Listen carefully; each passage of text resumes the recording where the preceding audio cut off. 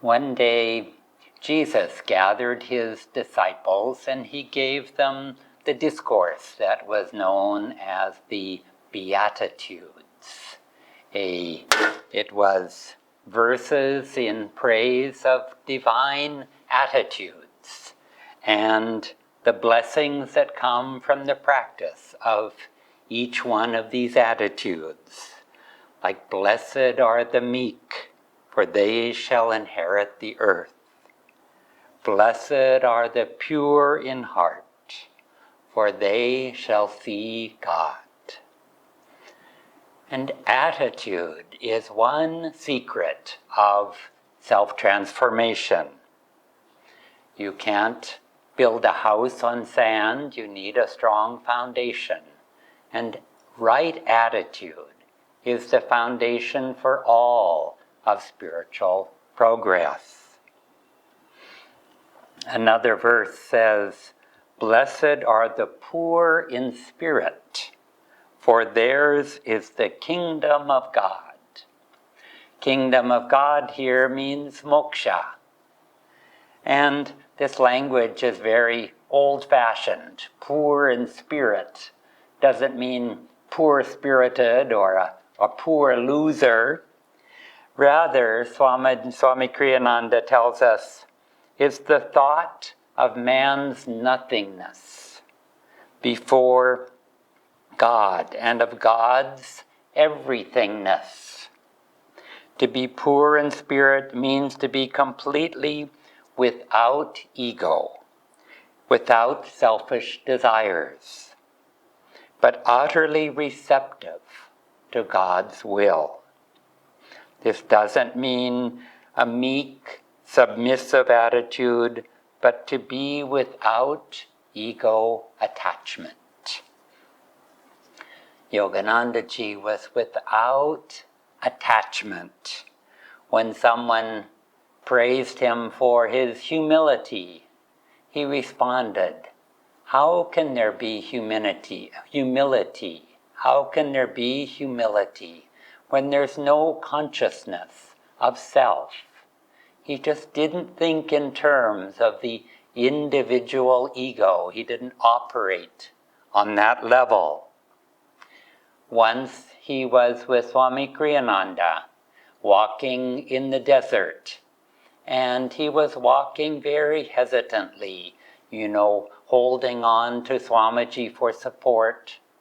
And he said to him, "I feel like I'm in all bodies. Sometimes it's difficult for me to know which body I need to use to walk forward."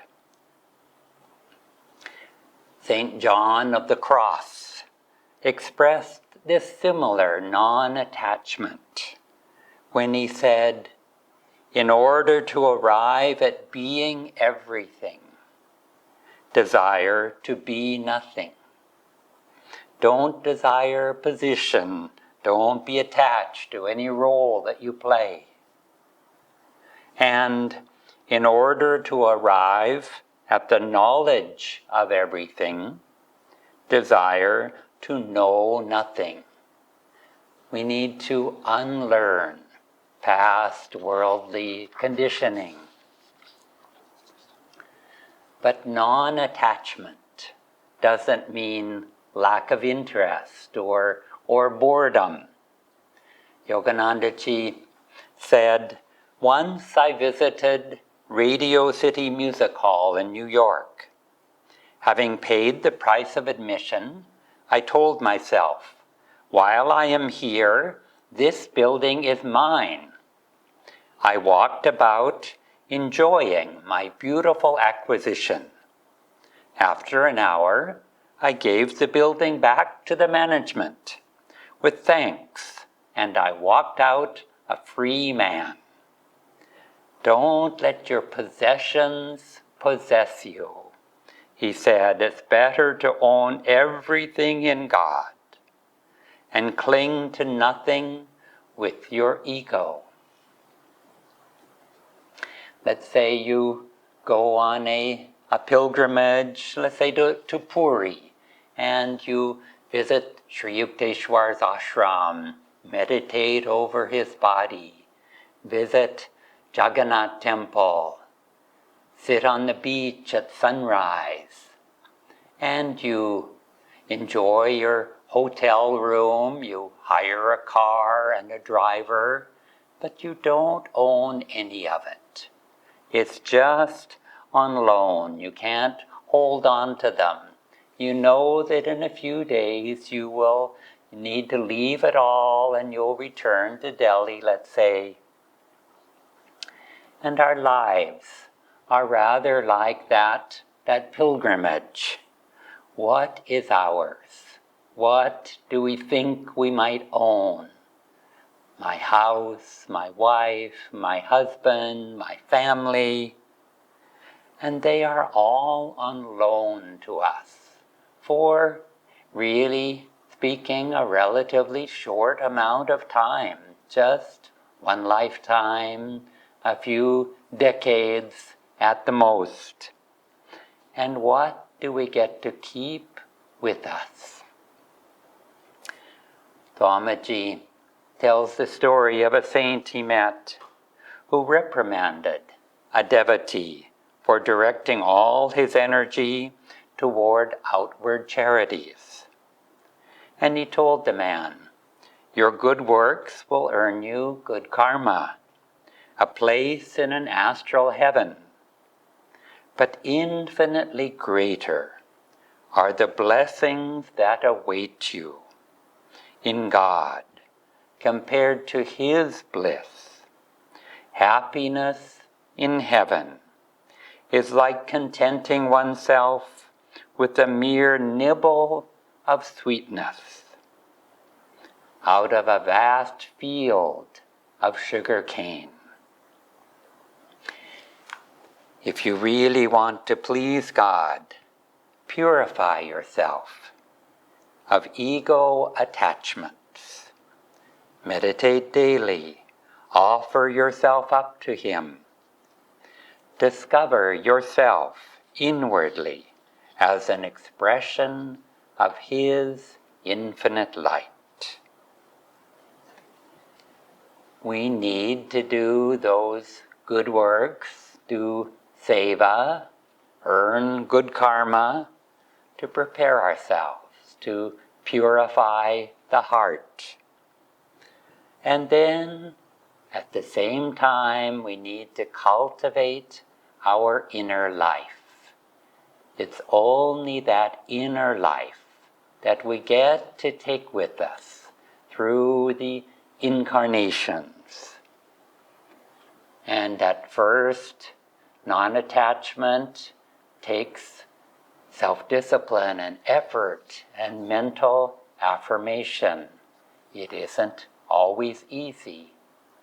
But when we perfect that non-attachment, we become pure of heart.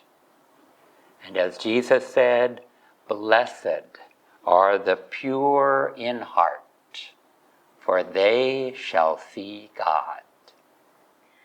So when we talk about transformation of the self, what are we really talking about? We want to transform the small s self into the larger, the capital S self. And what is the difference in that?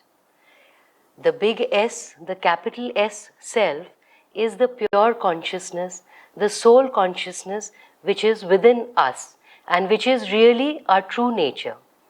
And Yogananda said that that small self, that small S self, is our ego. And what is the difference between the two? He said it is only that the pure consciousness, the soul consciousness, now identifies with the body and mind. It limits itself to the body and to the mind. So if we drop this identification, if we drop this limitation imposed by our own selves onto our own selves, we drop this ego consciousness and we are transformed into that pure light, into that pure soul consciousness. And what is this identification that we talk about, this limitation? This is basically, as Keshava ji was also talking about, the attachment, the identification with the body, with the mind, our thoughts, our feelings, our vrittis that we have within. We think this is what we are. So what do? We constantly act in the world to please this body, to please this mind, so that we can get some comfort. And we are constantly in this me consciousness, busyness, where we constantly work for this body and mind. So what do? Do we stop all this action? Do we retire and go to the Himalayas, stop earning money? No, not really. In the Bhagavad Gita as well, Arjun asks Krishna, Krishnji, you have told us that the path of knowledge is superior to action. So should I renounce action because it leads to ego bondage? So Krishnji says, no, you cannot do that. Nobody really can live without action. But you can transform the consciousness, the motive and the intent behind your action. And how do we do that? Yoganandaji would say that we need to change that motive. You have to eat. You cannot live without eating. But change the attitude. Say to yourself that I am eating to sustain this body, which is the temple of the God, which lives within it. When we earn money, let's earn it with that attitude that I am earning it to take care of those people that God has assigned to me to take care of. And when we work, let it be as a service, as an act of service towards God and with His consciousness within us. And that itself changes. He would say, Master would say, that when I work for others, then I have more ambition, then I have more enthusiasm in my work than I would for myself. And I look after the belongings of others much more, with more care than I would of my own belongings. And if I do not succeed in the task that I feel I am doing only for God, then I don't even have any personal suffering because I acted only for Him. And that attitude, that removes from us all the worries, anxieties, fears, anger when we act with that ego consciousness, with that me consciousness. And he would say that if I fail at first, then I would go and do that work with even more joy and even more determination than before, because there was no concept of ego in that, in me in that, and he did his best to serve God. So that is the kind of consciousness that we want to develop within ourselves. There was an advanced disciple of Paramhansa Yogananda, Meera Mata, and she spoke once to Swami Kriyananda, and he recites that incident in his book, The New Path. She said, I was working and Master came to me, Yoganandaji came to me, and he said, you work a lot, you work too much. Please stop working so much, you'll get tired. So she said, okay, Master, and she decided that she will reduce some of her duties. But after 2-3 days, Master increased her duties and gave her more to do. And she was quite surprised. She was wondering, how should I reconcile his orders of reducing work with these orders of doing more work? But then she said, Master, you know what you're doing. So she just tried to do her best. Then, after 2-3 days, more sternly, Yoganandaji told her, I told you, reduce the work that you're doing. For so many incarnations, you have done so much work already.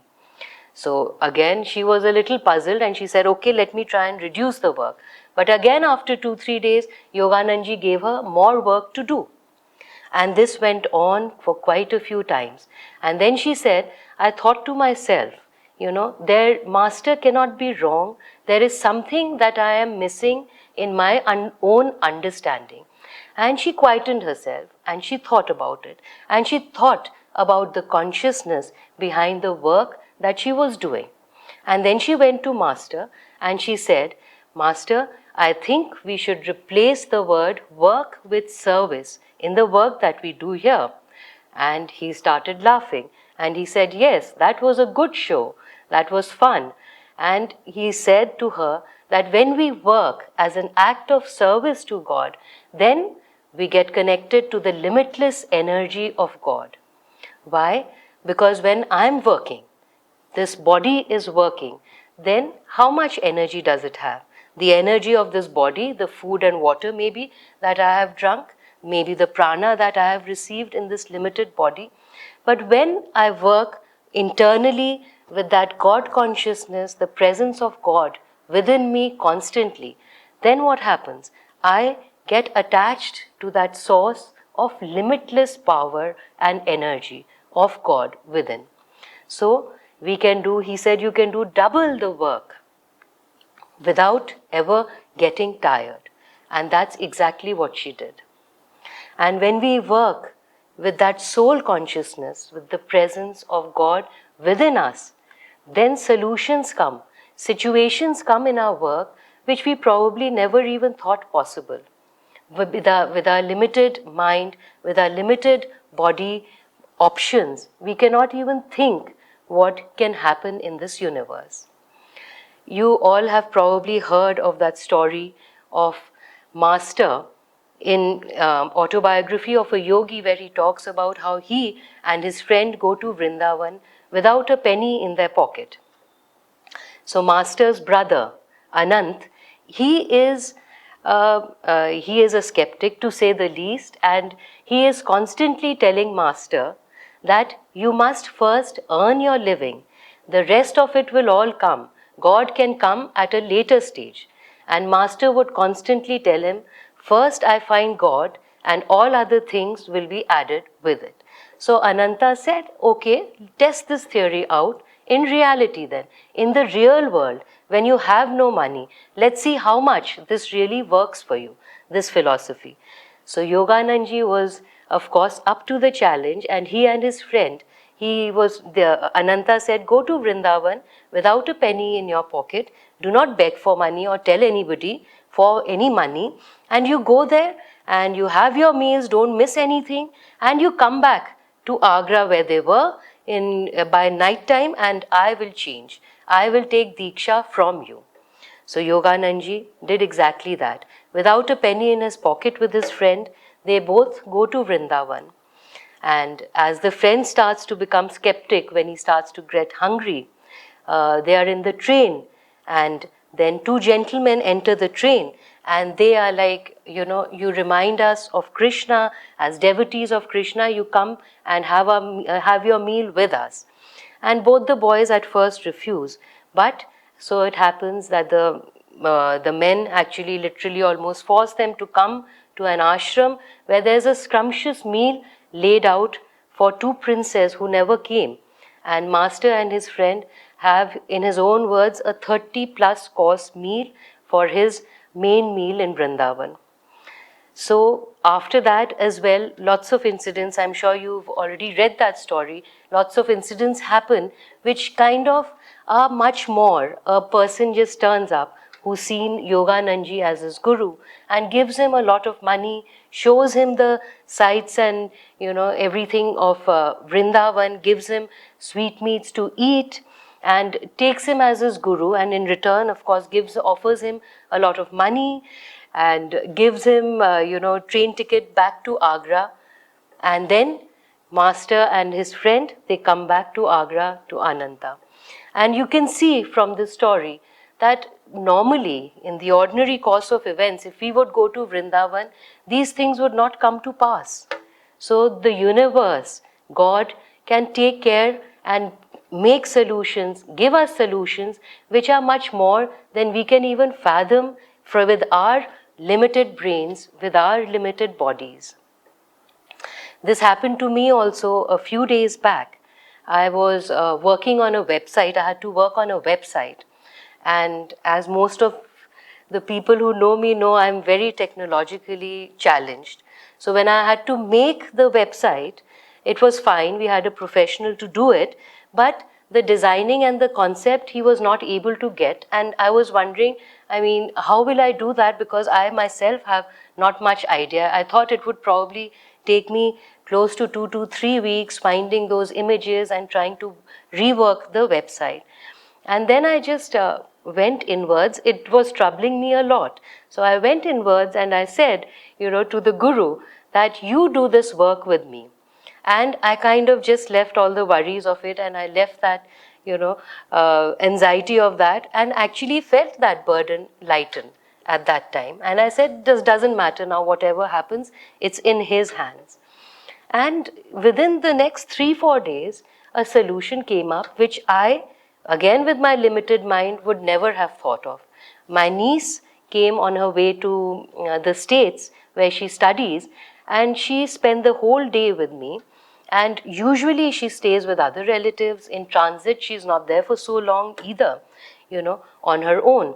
And she is like, Mossy, I can do this in like 3-4 hours.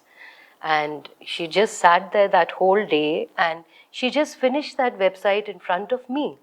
And after, it took her 7-8 hours, 9 hours, after 3-4 hours, I'm like, you need to rest. You have a flight to catch. Why don't you just rest now? She said, oh, I get rejuvenated when I do websites. I'm so fond of it, and I'm loving it, and I'm loving designing it completely. So please don't worry. And she just finished the whole thing. Now this kind of solution would not really occur to us on our own, or we wouldn't have the resources for it.